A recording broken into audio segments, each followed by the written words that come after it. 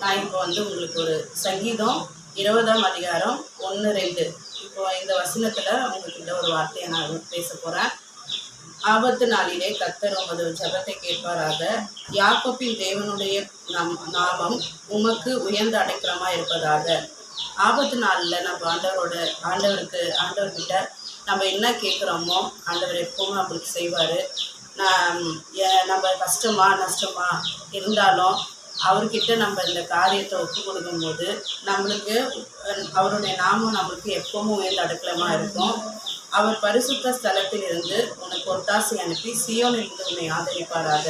அவர் பரிசுத்த ஸ்தலத்துலன்னா அவருடைய இடத்துல இருந்து நம்மளுக்கு எப்பவும் ஒத்தாசை அனுப்புவார். யார் மூலியனாலும் நம்மளுக்கு எப்படினாலும் ஒத்தாசை வரும்.